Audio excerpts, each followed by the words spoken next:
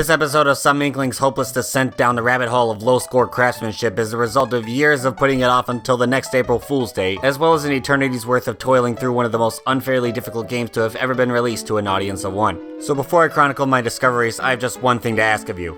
If you're watching this video and haven't subscribed yet, then you're way more intelligent than I could ever hope to be, so good on you. Clearly, this was one of the most daunting projects I've taken on as a YouTuber, and I took extra measures to make sure it got the care it so desperately needed. My last hope is that you as the viewer will be there in the end to make it worth my while. Now on to the video. I'm gonna get one thing clear. I like this game. I like that it's a thing. I like that there exists an official continuation of Mario's debut platforming adventure that caters specifically to those who've mastered it. I like that the whole game isn't just run right and jump to avoid shit. You've got puzzle elements sprinkled in to make it more interesting. And despite what everyone likes to say about it not playing like a Mario game on account of its crippling difficulty curve, we definitely have the Japanese sequel to thank for shaping the Mario universe into what it is today. Even if it still contains an old relic of an era where video games went on forever until you hit the kill screen. That's where the score counter at the top left corner comes into play. What are all those numbers doing here? Your ass needs to survive, goddammit. Super Mario Bros. 2 for the Famicom Disk System was obviously about beating a pack of levels riddled with bullshit level design, much more so than bragging about how much you could make this objectively arbitrary figure grow. Certainly today, you likely won't have a score counter to worry about when playing modern classics like Super Mario Odyssey, Grand Theft Auto 5, and Fortnite. With that in mind, I thought it would be a fun idea to give this 6-digit number new meaning. I set out to beat the Lost Mario game while setting the lowest high score achievable. There, I said it. Is a total score of 0 possible? Sure, just run into this first Koopa 3 times and you're done. But you know I'm better than that, so let's quickly take a look at everything we need to do to keep our score as low as possible. Step 1. Don't. Anything you would normally do in a Mario game gives you evil score points. That includes jumping on enemies, collecting coins, collecting power-ups, busting brick blocks, even touching a flagpole at the end of the level, and leaving time on the clock. What the fuck? This means that like in Super Mario Bros., we have to play through as few levels as the game will allow us to while avoiding running into anything if we can manage it. And like in Super Mario Bros., we have to wait until the last possible second to grab that shiny pole in the distance. Luckily, routing in the game as few stages as possible is as easy as your mom. We start in World 1, complete the first stage as normal, but World 1-2 has at least 2 secret warp zones to take us to a further world in the game. We take the warp pipe that goes to World 4, where unlike in Super Mario Bros., there are no warp zones at all, so we'll have to continue on as normal. Our next warp awaits us in World 5-2, and wouldn't you know it, this one takes us exactly where we need to be. The final world. From there, it's a matter of get to the end of the last few stages, drop Bowser in some lava, and quote-unquote rescue the princess. Altogether, we'll visit 12 of the 32 total stages, and 8 of them will end with a sliding down a flagpole. Another 2 culminate in a showdown with Bowser, and the remaining 2 are escaped via secret warp pipes. I won't go into too much detail on every single level, because then I'd have another long-ass video, and you know how much I love faking you out back steakhouse. Hey, Big Steakhouse. Get your steak here. So first, let's take a look at the 2 warp zone escape rooms. Normally, in order to leave a stage, we're forced to grab the flagpole at the end, which stupidly insists on giving us pointless points. There's simply no way to get around these points. Fortunately, in Worlds 1-2 and 5-2, we're able to take secret paths that lead us to some absolutely poggers warp pipes. These pipes immediately boot us out of the level and even graciously send us 3 worlds ahead, all without punishing us with points. There's just one problem. Actually getting to these warp zones is just a little problematic. In 1-2, your ticket to World 4 is blocked by this big piece of shit right here. We'll call this the vertigo-inducing wall of your run-ins here. So this part here is a nightmare. The only reasonable way to do that is to punch a few hidden blocks just above the edge of this ground area. You need to hit 2 to make it over, and each one conceals a dirty yellow coin. That's 400 points too much. And we'll have to get used to the presence of these hidden blocks because that's kind of a common theme with this game. It's the kind of shit you put up with on expert mode in Super Mario Maker. Regardless, I wasn't willing to eat up these coin/points that this game was trying to force feed into my pocket. Unfortunately, there was not one way I could find to avoid them. There were actually 2. If you remember from my coinless quest, Luigi's actually able to simply scale this wall by running at full speed, jumping at just the right height to catch the highest pixel of this block, and then jumping at the one frame where he ends up in the standing position. He's only got a 1 in 60 shot. Or if you're a world famous speedrunner who happens to hold the world record for an 90% completion of this game, you can just do that. Yeah. Shoutouts to Nifsky for proving that Mario might finally be able to cash in on the younger bro's coinless glory. Something to do with Plumber Boy being positioned at an exact sub-pixel for this to work, so you'd amplify the frame-perfect wall jump by 1/16th of a pixel, which seems to be determined anytime you jump, slow down, speed up, stomp an enemy at just the right point, haha, real punny. Whichever way you swing it, that makes 1-2 completely free of any required points. Hooray! Sadly, 5-2 won't be so nice to us. The majority of this stage is easily navigable until we get to this area with the opposing lifts. You hit this block to reveal the magic vine that leads us to... Stop it, please, I beg you! In a word, why? Why is this jungle gym type area laced with coins everywhere? I've dealt with having to jump just barely over a mushroom pad filled with coins, but it's almost like this time around the coins are one Luigi width higher. As such, they're laid out in such a way that I'm pretty sure makes it impossible to dodge them all. If this one coin on the left of the mushroom pad wasn't there, then getting out of the level point free would be more than manageable. But there just isn't enough room, and Luigi just doesn't get enough air from his jump to clear this mushroom platform. We can get out of this area having collected exactly one coin, which is 200 points. That's not completely terrible up to this point, hardy har, but we still have 10 stages to look at, moving on to World 1-1. As you might expect from the tutorial level, beating it with the fewest points possible is actually surprisingly simple. It's pretty easy to avoid everything in your path, so you'll be fine upon reaching the flagpole. That reminds me, let's talk about that flagpole. This is one of the 8 stages we have to beat that ends by touching the flagpole. Doing so awards us a set number of points, determined by how high we are up the flagpole to see who salutes, but no one ever does. The lowest score we can get is 100 by grabbing the flagpole from the very bottom. Have I said flagpole enough yet? But we're not done yet, because the time left on the clock gets added to our score at 50 points to 1 second. That means before we can even end the stage, we have to wait. At the very least, our heroic younger plumber doesn't die the second the timer hits 0, so we have that extra Mario second to spare upon ending the stage. No time on the clock means no point bonus, and thus we can beat World 1-1 with a minimum score of 100. There's only one huge problem that I overlooked. When I beat 1-1 with no time left, I didn't get punished with the flagpole fee of 100 points at all, but rather I got rewarded with a delicious 1-up mushroom. Well, that's even better, right?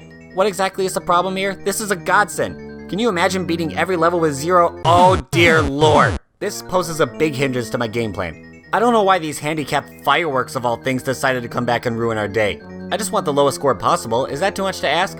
So now, instead of leaving no time on the clock, we're forced to stop the timer at 1 second, and only then do the fireworks stay dormant. This once again forces us to pay the usual flagpole fee of 100, as well as 50 timer points of shame. Now our minimum score is up to 350, still with 9 levels to go. Luckily, if we fast forward to Worlds 4-1 and 4-2, these stages are still quite trivial to complete with the lowest score possible. They're not even that difficult, really. Once again, we end the levels at the very bottom of the finish pole with exactly 1 second left. That's another 300 points for a total of 650. Now let's look at World 4-3. Oh dear. Yep, this is exactly what it looks like. This jump is just too big for poor Luigi to clear without sending this innocent Koopa Troopa to his death. This horrendous act of murder is worth 400 points, plus the usual 150 at the end of the stage. That puts us at 1200 altogether, 6 to go. Next, let's go into our first castle level in World 4-4. The first problem is at this part with 3 Koopa Troopas walking off a high ledge with a spinning firebar trying its best to block our path. Now this wouldn't be such an issue if we had some kind of power up handy, since we could simply wait for the Koopas to pass and damage boost through the firebar if need be, but that's obviously no option. As small Luigi, it might be possible to weave around this nasty point trap completely pointless, although it's looking a bit claustrophobic for our favorite green Mario to pull this off. Luckily, there is a simple workaround to this dilemma. All we have to do is load in this area very slowly such that the innocent Koopas each come out here one at a time. That way you can simply hop over each of the nice walking turtle buddies and avoid any more merciless turtle killings. So far, so good. And things are getting much better for our cause as well, because the flagpole to signify the end of the stage is no flagpole at all, but rather a helpful shiny axe precariously perched behind my boy Bowser. And what happens when we touch the axe to destroy this bridge and dunk the Koopa King into a pool of lava? I know this one's an imposter, but you know.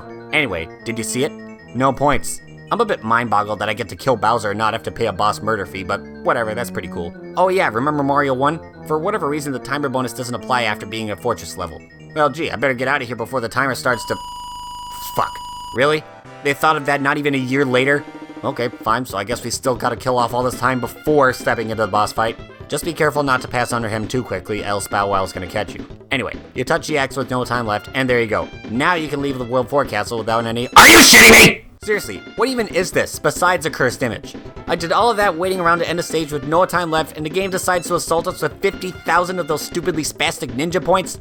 I didn't sign up for that shit. I don't want 50,000 points. Hell, I don't want any points. Are you telling me they made castle levels, which were completely free in the first game, into demonic point traps that decide to shove score points of shame into our counter whether we like it or not? Ugh, now our only remaining option is to leave 1 fucking second upon touching our beloved axe. That's 50 more points to our total score, which now sets at 1250 when it really should still be 1200. I can't bear to play another castle level after suffering through that bullshit. I need to get out of here yesterday. How about we go to World 5-1, in which we can once again deftly maneuver the many obstacles in our path pretty painlessly. It's just a good thing there's nothing getting in the way of those big ass jumps when the godforsaken wind starts blowing. Oh look, another big piece of shit to block us from ending the level. I'd like to call this the vertigo-inducing wall of you shall not pass. The most reasonable way you'd get over the vertigo-inducing wall of you shall not pass would be to bust open a couple of hidden blocks and then hop on them one by one. There is another way up this wall, however, that speedrunners like to use. They simply run at it like a madman, jump off this Koopa at just the right moment, and thus get just enough height to get over it. Both of these methods pose slight threats to our pointless cause.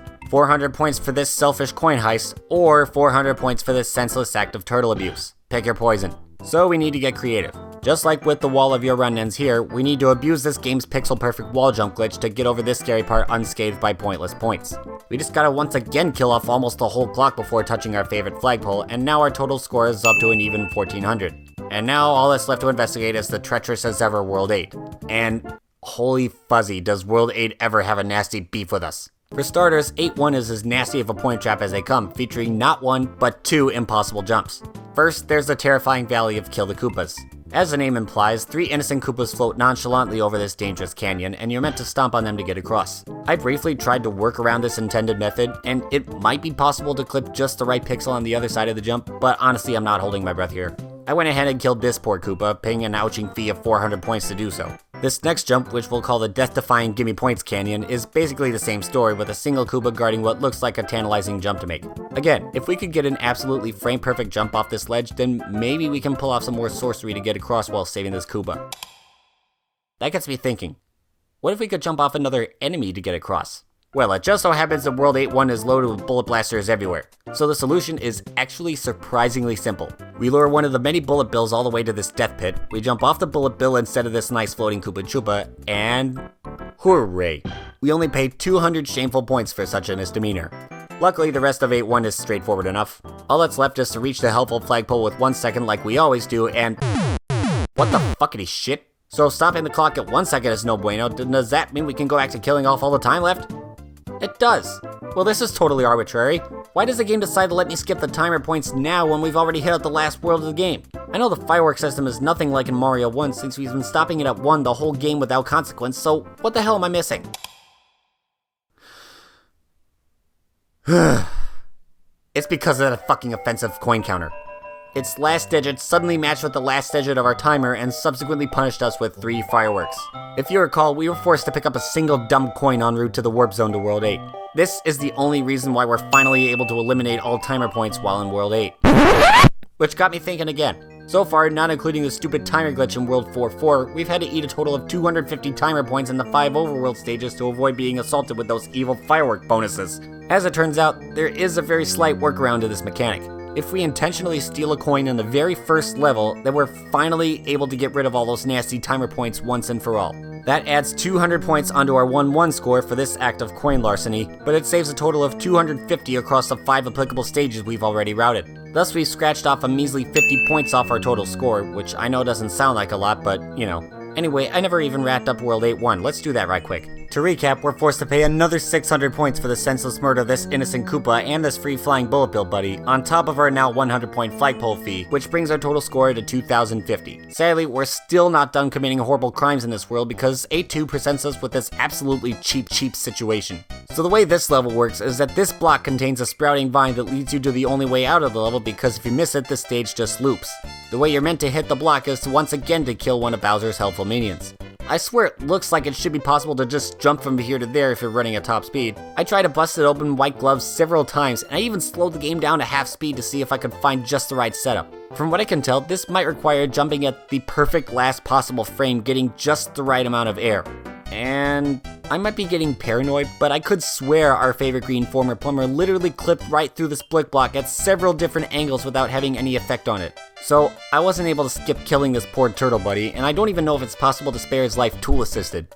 Our only solution is to accept another 400 point murder fee and then get the fuck out. It's a good thing that 8-3, the level in the sky, can be flawlessly completed. There is this one jump that looks worrisome with the 2 Koopas floating straight in your path, but with a well-executed springboard jump, Luigi just barely gets enough distance to clear this big-ass pit in a pacifist manner. Hooray! Another 100 points. Our score is now up to 2650. So this is it. Only one level between us and figuring out the lowest high score required to beat the Lost Mario 1 sequel, World 8-4. And there's not really much to see here, aside from yet another crazy jump here with 2 more Koopas possibly getting in your way, but once again, they can easily be mercifully spared. So that's another 50 points for grabbing this pointless X with a second to spare, and there we have it. Luigi can finally rescue his precious princess that at least looks like a princess this time. Hurrah to Luigi, our only hero. I know that doesn't really rhyme, but whatever. This ends your trip of a long friendship. 100,000 points added for each player left? Oh, sugar, honey, iced tea. So get this, the port of Mario All-Stars didn't attach this bonus to its endgame, so I can only think the devs were sniffing shit in 1986. They patched out the huge-ass point bonus, but not the 999 timer glitch. Like, what the fuck? Could you make your priorities more arbitrary next time? The reasonable solution would be to have no lives left upon finishing the game, but if you have no lives, that's a game over. So you have to have exactly 1 life left, and boom, that lovely 2700 score now has an ugly 10 sitting before it. Well, I guess now I know why nobody else plays this game. It's not fun to play, it's not fun to speedrun, it's also much longer than Mario 1, and the point of a low score run is effectively lost with that absolutely crippled endgame bonus that chooses to assault us at the last possible moment. So, here we have it. 102,700 points is the lowest score required to beat Super Mario The Lost Levels. Is this the perfect score? Probably not, but I couldn't find any other way to lower this number. If any of you little woomies out there have any such suggestions, I would love to hear about them in the comments section below. But with that said, I'm totally forgetting something. Yep, we need to revisit the secret quest. Worlds A through D, probably the more difficult to complete when it comes to the overall level design, but as far as the point total? Well, if 8-4 wasn't any indication, the answer probably won't look much better. As with the main quest, there are a few warp pipes you can exploit to skip a good number of levels, which is a huge value in terms of keeping our score as low as possible. The idea is that the fewer stages we have to visit, the fewer evil flagpole points incessantly shoved into Luigi's poor face. Oh yeah, did you notice I'm not even trying this as Mario? Fuck that guy. Anyway, the layout of the warp zones and the special worlds pose some unique ways to skip a good stack of levels en route to World D4. So let's skim through the path I believe to be the most optimal for a pointless cause. We'll first take the hidden pipe at the very end of World AD, taking us straight to World B. We'll play through it as normal for a while, but just as we're about to beat the World B boss, we'll escape that fortress through another secret pipe that leads us to World D, where we can once again rescue the princess and hopefully not have too many points under our name. I know it doesn't seem very optimal when we're still forced to play 10 out of 16 stages, but that's how the speedrunners play it, so it makes the most sense, I don't know. Right away, we can already check off Worlds A2 and B4 for 2 very basic reasons. 1, they both can be beaten flawlessly fairly easily, and 2, they both can be escaped without incurring any shameful points thanks to the presence of the helpful secret exits thank God don't warp you backwards. Hooray! No points so far, but that's sadly going to change because we obviously have a few flagpoles and battle axes to deal with, starting in the World A1. Like any good starter stage, the challenges ahead are easy enough to slip past, but after going through this tight space that only small Luggy can fit through, we suddenly get stopped by this really inconvenient trap. Here a set of 4 pillars guards the flagpole, and each pillar is besieged by a dangerous but friendly red Koopa Troopa. It's important to take note of their shell color because, as you might have already guessed, their shells are color-coded such that they receive specific lines of code that tell them whether or not to walk right off cliffs. These ones obviously do not, they just walk around in circles for days. I'm sure you can see where the problem lies here. The reasonable way to the flagpole would be to kill the Koopas as you hopped on one pillar after the other. Now, I've seen the antics of tool-assisted speedrunners. I have to think someone like Happily would be able to simply wall jump over and over on the sides of these pillars and thereby work around our Koopa buddies, although they'd probably have to whip out Mario's greater traction and control to pull this off. I can't say for sure if anyone would ever think about trying that out because honestly you don't even need to. You can just jump on the tidy space next to the Koopa. Mind blown. You might also have noticed I've already picked up one of them shiny but deadly coins. What, is there an unavoidable token to deal with already, or am I just on a suicide mission? No people, calm your tits. Remember, this has to do with saving as many timer points as possible, and I'd love to totally deplete the timer to its full extent, but I can't because fireworks. Anyway, 300 points. Luckily, World B1 is not very interesting, B2 is just as feasible, and B3 you can spring over the whole stage. Another 300 points, we're making some good progress. Sadly, World D1 poses a conundrum to a pointless quest. Right off the bat, we're meant to leap over this wide gap with only a flying Koopa Troopa to aid our momentum. The jump is too far to make without stumping on this poor turtle buddy. Now I know some of you are wondering why I'm not using this top row of bricks to clear the gap. And I hear you loud and clear, that was my first idea as well. But then I ran into a small problem. Put simply, I can't get up there. Luigi has to approach this high platform from the very start of the stage because the middle level doesn't give him a way up there. The problem is that this row of bricks is just too high to reach, even with a running start. Now if Luigi were to have eaten a Yum Yum Super Mushroom, he could simply bust open any of these bricks and use it as an escape route to the top of this evil point trap. But doing shrooms is obviously out of the question for reasonably pointless reasons, hardy har. So we're forced to kill this innocent Koopa and take another 400 points. Luckily, the rest of the stage is pretty painless and only gives us 100 more points for the flagpole, and this is where stealing a coin in A1 finally pays off in the long run, because the stupid timer points we would have had to accept otherwise would total 250, which is more than the total cost of the one coin and we would only get worse from there. So for now, our total score is at 1100 with 3 levels to go. Oh, never mind, World D2 is not very interesting, make that 2 levels to go. Here we have a pretty hefty challenge in level design in World D3. It doesn't help that it has a barrage of bullet blasters and hammer brothers ready to shoot you down, as well as a long ass row of hidden blocks, which, if you remember, they're just real bricks hidden in the fortress walls, and I'm okay with that. Good, that'll nudge us up to 1300. We're at the final showdown, guys, World D4, and wouldn't you believe it, it's a castle level. Well, isn't this our lucky day, so we can easily make our way to this pipe at the furthest edge of this opening area and end up, outside of the castle? Whatever, I'm familiar enough with virtual reality plots to not be too fazed by this scenery. Now let's get to Bowser. Oh, fuck, I forgot. Well, this ain't good. Look at this, jumping up and down doesn't seem to do shit since Luigi always lands his affluent ass on these shitty fucking ass fucking I don't know how many you're supposed to be able to avoid this way, so let's just hop over this whole trap, drop down, and fit right through this tiny hole so we can get onto Bowser. By going this route, we can assure that we trudge out of this ridiculous underground area, begrudgingly with no more than 1 worthless coin. Ugh. So long, Bowser! Hello, nurse! Oh, another obligatory 100,000 point bonus.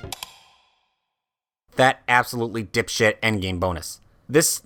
That dumb fucked idea Nintendo apparently threw up at the last second. After all the work we put in toiling through 22 of the most dastardly challenges they've ever come up with just to refuse every last point we possibly could, the Big N got the last laugh, proving that they'd had the better of us all along. Because now, after having labored through this bonus quest where we never even had to in the first place, as we fall out of breath right as we greet our precious princess, our lovely score counter is completely tainted with non-circular numbers. Our final score of 101,550 is nowhere close to the amazingly clean tally of 500 that used to be achievable in the classic of classics. It's way greater than other results we've seen in tons of Mario's later adventures, like in Super Mario 3, Super Mario World, New Super Mario Bros., and especially with the advent of Boost Mode on the Wii U, New Super Mario U, and Luigi U. So what do we do with this inexplicably huge number? Well, as I was scripting this video, I stumbled upon an old glitch popularized in Mario 1 in which our plumber boy dies at the same time he touches the axe at the end of the Bowser fight. The game appears to proceed normally like he's beaten Bowser cleanly, although the lose a life cue is played twice during this bizarre sequence. It even works in the final level, and you still see the princess upon pulling this off. I was hoping to use this glitch to maybe fool the game into thinking I had no lives left upon being read that barely poetic nonsense. But, as it turns out, even though Luigi clearly dies in this scene, I guess because he still killed Bowser, he doesn't lose a life. I presume presenting that death cue in a supposed winning sequence was just for show.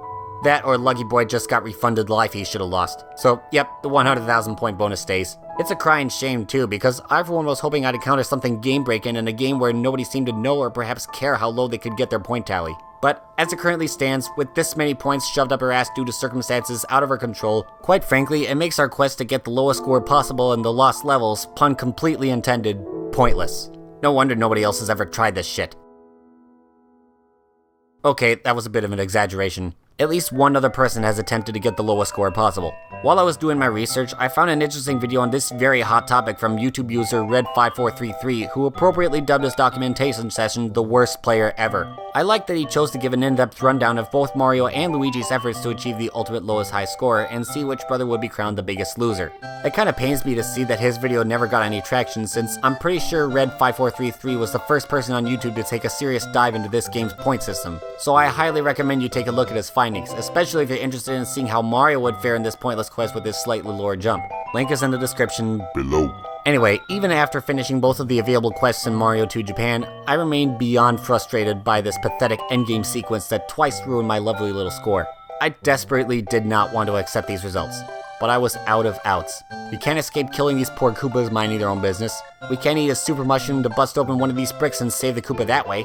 And there's no way to have this post-game shit go down and be all out of lives. I thought to myself, maybe I could cheese the perfect lowest score by counterintuitively making it grow in the first place, such that we get it so high that it loops all the way back to 0 again. The most reasonable way to do that, of course, is to have like 99 lives or something. Luckily, the very first stage right off the bat allows us to pull off the infinite 1-up trick.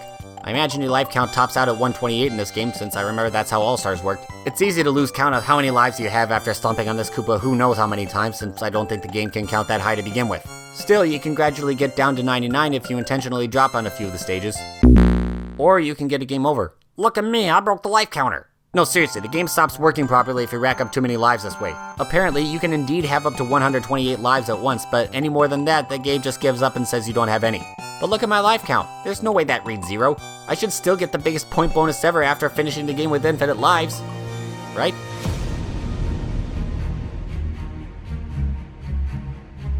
Is that... Am I seeing this correctly? Okay, I think I've got a lot to unpack here.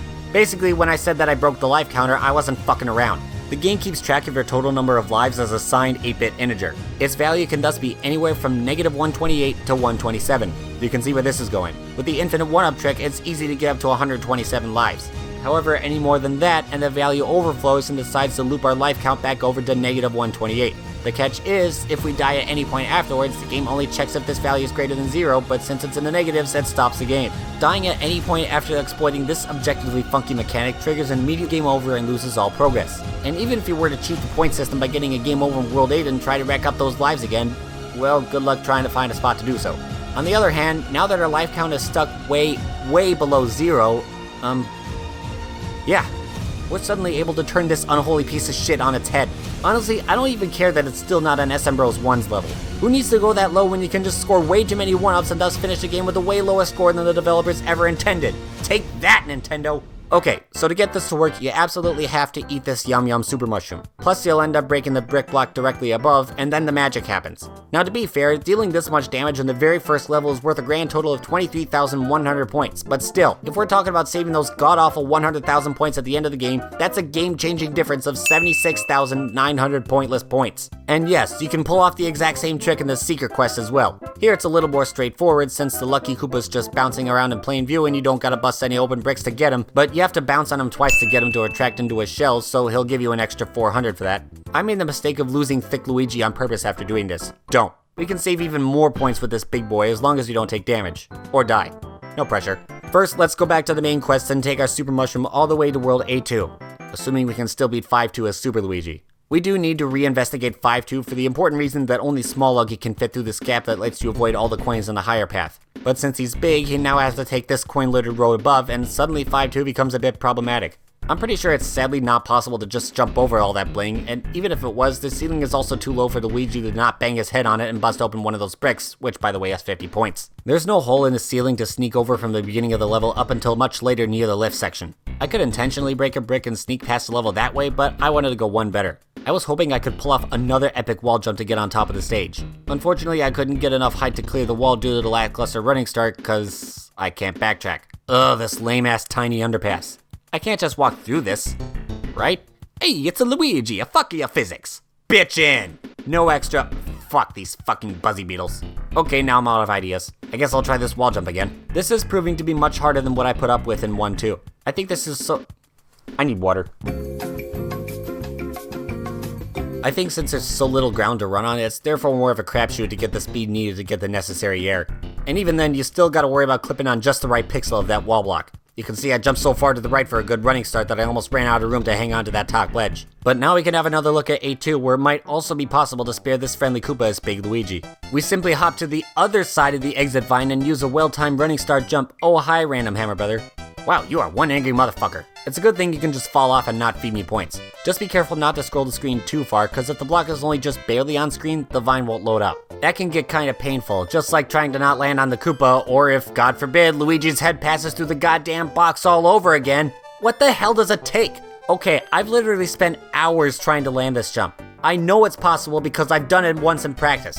Too bad that was on an emulator. I've been doing this whole video analysis using the Virtual Console release on the Wii U, of course, and I was ready to get this point save over with, but I, for the life of me, could not replicate this retired jump, no matter what I tried. A similar thing happened in 5-2, where I was able to avoid that nasty enemy layout on an emulator, but not on console. This made me really friggin' paranoid, like, what the fuck is going on here? Do console and emulator process this game differently all of a sudden? I know SM Bros 1 runs the same regardless, so what the hell happened? Well, I got bad news. After a grind for like an hour on console, I moved back to my emulator to try it again, still without any luck. I don't get how frame perfect this jump is supposed to be, but I swear it can be done. It's probably gonna haunt me for the rest of my life that I have no footage of me successfully saving this Koopa. But I can't let the game win. Not this far down the rabbit hole. I must assert my dominance over this game. This is probably the defining moment of our pointless quest. No matter how long it takes, I will prove myself right, once and for all. Hooray! Anyway, think we're done here? Nope. we gotta flip back to the Master Quest. I know you're getting dizzy over there, but just bear with me for 3 more minutes, okay? Remember this problematic spot in D1 over here? We were stuck down here since we had no way of getting up there, and thus we were forced to kill this flying Koopa. But now that we're Big Luigi, boom, problem solved. Gladly trade a broken brick block for 1 more Koopa spared. We can finally remove the final 350 points and finish this puzzle once and for all. I swear, if only it was that easy. Turns out I completely overlooked something. Okay, I'm pretty sure A1 is the only stage hidden in the secret list that actually lends itself to being exploited for infinite lives. So we absolutely have to get a super mushroom there, and we absolutely cannot lose the super mushroom until we get to D1. But in order to reach D1 in the first place, there is one particular level we're forced to play, and this level is so absurdly tight with the layout of its many point traps that I'm pretty sure we'll have to scratch Big Luigi in the first place. Fuck. This godforsaken level. Of course it had to be the underwater stage. I had enough trouble getting around those dumbass coins as Small Luggy, and I starkly recall raging over getting stuck in a similarly moronic situation in the dreaded World B2. Like, what the hell do I even do here? You know, even if I end up eating this Koopa murder-free after all, I can't believe how much of this game I've learned. All the insane glitches I've pulled off to get to this point, twice exploiting flaws in the way the game counts lives, conjuring some black magic to avoid having to collect these 2 disgusting coins. And I don't even speedrun Mario games or know how to take them apart like guys like Bismuth and Summoning Salt. I published my coinless attempt at this game 2 years ago, not knowing at all what I was signing up for. Honestly, trying to beat the game without touching a single coin felt like child's play compared to this. Even so, I greatly appreciate all the feedback I've received in the comments, even if it doesn't amount to much. But from what I've seen by digging around related videos, only one piece of feedback was left via video. A speedrunner named Nova Wolf documented a video of him successfully beating World 3 2 coinless, a stage which I'd previously failed to complete. I'll link you to his video as well in the doobly-doo. So we enter the stage as Fire Mario, which allows him to simply shoot the bad guys ahead of them, standard stuff. The part of the level where I got stuck is right here. Yeah, bad. So in this clip, Fire Mario approaches this area very slowly and,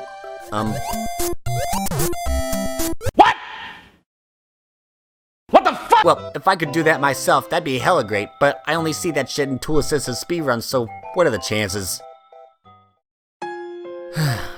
My little woomies, hold on to your bottoms, because as it turns out, underwater levels are broken like I never would have guessed. I see tasters all the time break into underwater parts of World 8-4 in both Mario 1 and Mario 2, but only as Big Mario. These strange physics are incurred when Big Mario crouches underwater and then immediately jumps up to swim again. Of course, I'm always playing as Small Luggy, which may explain why I've never pulled this shit off for myself until now. I surprised myself when I found out how so easily I could glitch a Big Luigi through such a tight coin cache in a seemingly impossible manner. May I present to you, for the greater goal of refusing all points possible, the ultimate glitch of our pointless quest through the Japanese Super Mario Bros. 2.